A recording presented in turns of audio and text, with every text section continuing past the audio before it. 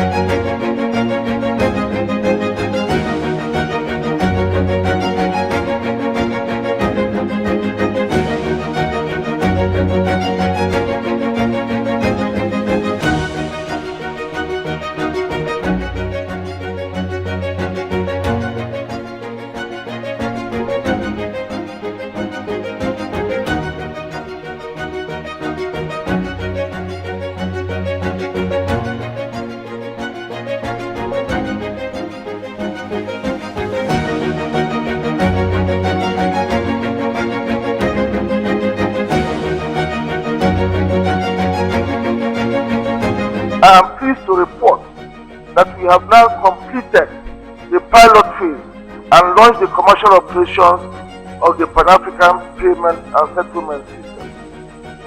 8 African Central Banks,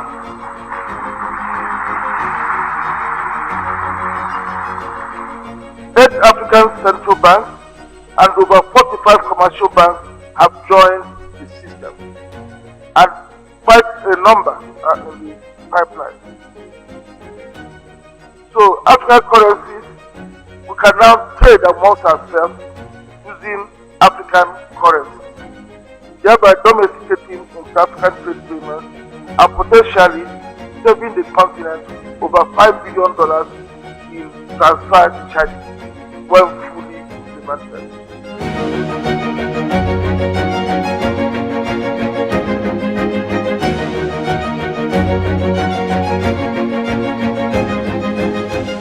Mr. President, welcome to the show. Thank you very much. This is the 29th Annual General Meetings of the Afrexim Bank. Kindly tell us what the Afrexim Bank has been up to in the last few years. Yeah, thank you very much, Uju, and thanks for joining us in this 29th Annual Meeting. Afrexim Bank was created essentially to promote, facilitate, and finance intra and extra-African trade. And that's what it has been doing since it was created in 1993 and began operations in 1994.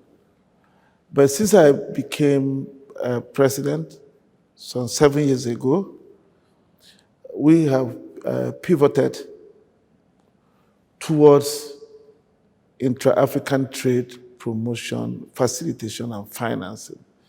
We've made it the arrowhead of our strategy because we see trade as an instrument for development. And if we want to use trade to develop Africa, the emphasis in our view should be on intra-African trade, because it is intra-African trade that would make it possible for us to industrialize. It is intra-African trade that will create regional value chains. That has been given more emphasis and more impetus by the signing and ratification of the Africa Continental Free Trade Agreement. What that has done is that it's created more responsibility on our Flexing Bank to do more, because the agreement as signed is just a document. It has to be implemented.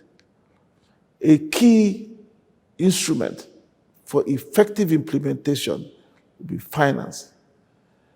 And our Flexing Bank is central to providing that finance that will make it possible for us to be able to effectively use the AFCFTA to achieve the regional integration we all want, and also industrial development.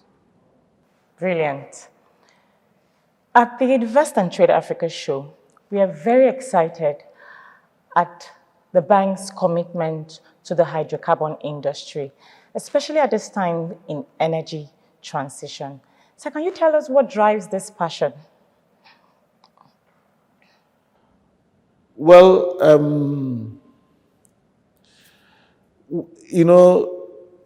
there is, I would say, an urgency that appears to be growing around the world about climate issues. And there is a big movement towards decarbonization. And for us, and I believe many African countries and policymakers, decarbonization is truly urgent. Because although we do not contribute to the climate change, we do not contribute much to carbon emissions, we suffer the most from it. Depending on who you ask, Africa emits between 3 to 4% of the global carbon emissions. But we suffer the most. Our island states are at a risk of being submerged. We are having frequent flooding, frequent drought, and all sorts of things that are attributable to climate change. So it's important that we pay attention to it. But the attention we must pay to it, in our view, should really focus more on adaptation, because we are suffering. But it appears that there is a push to make Africa to continue to decarbonize. Decarbonization means that we are emitting the carbon in the first place. But a country that does not emit, or even that on a net-net basis, is actually absorbing carbon rather than emitting. What will the country be doing? The Central Africa area is in that position.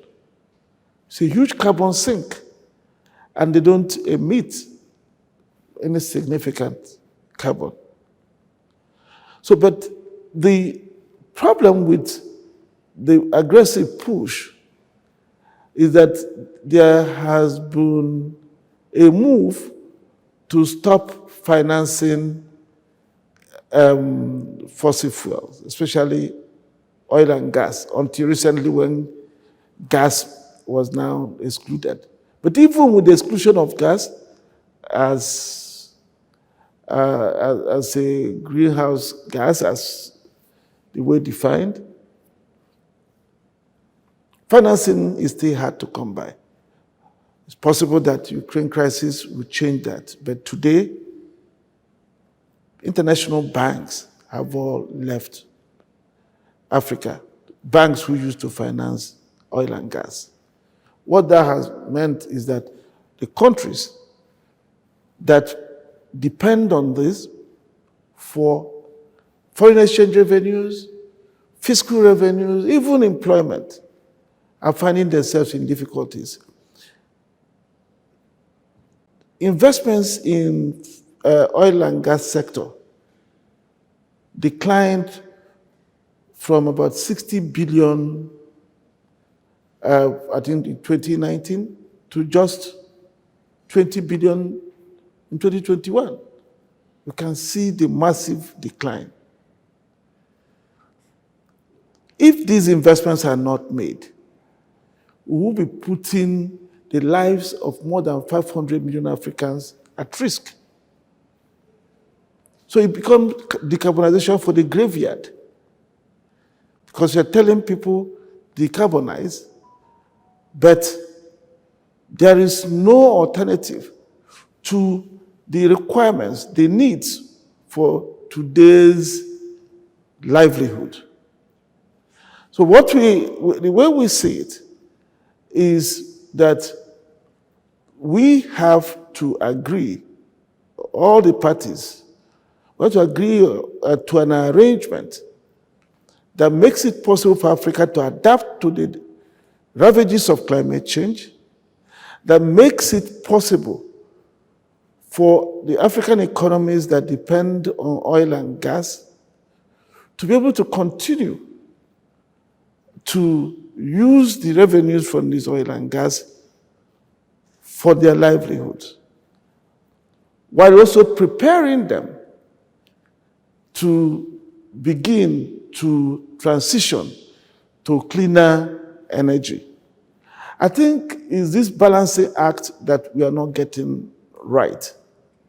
And that is why at the Flexing Bank, we are right now developing a strategy that should put these seemingly contradictory, but they're not contradictory, put seemingly contradictory objectives into focus and sets out the path that we should follow towards dealing with the issue of climate change from Africa's perspective, while making sure that we do not also deprive our people from the resources they need to live for today.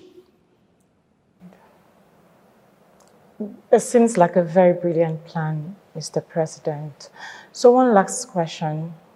Recently, the bank just signed an MOU with the Apple for the creation of an African energy bank. Kindly give us an insight what the operations of the bank will be and the scope of operations. Thank you. This follows from the response I gave you earlier. You see, because many international banks have exited oil and gas financing in Africa, what has then happened is that countries no longer have access to finance. They can no longer develop their resources, and as a result, many of the countries are facing fiscal difficulties. They are facing foreign exchange difficulties. And the whole world has seen the consequence of this with the outbreak of the Ukraine crisis. Because the production that we have gone to help calm the markets because of the crisis in Ukraine, the production is not there. And for us at our Flexing Bank, what that has meant is that we are being called upon by our shareholders to do more in terms of oil and gas.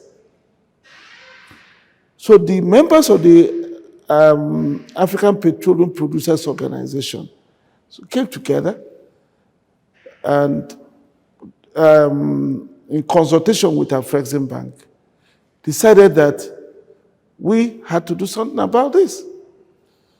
And one solution that we thought of, which has now been endorsed by the summit of the African Petroleum Producers Organization, is to create an African Energy Transition Bank.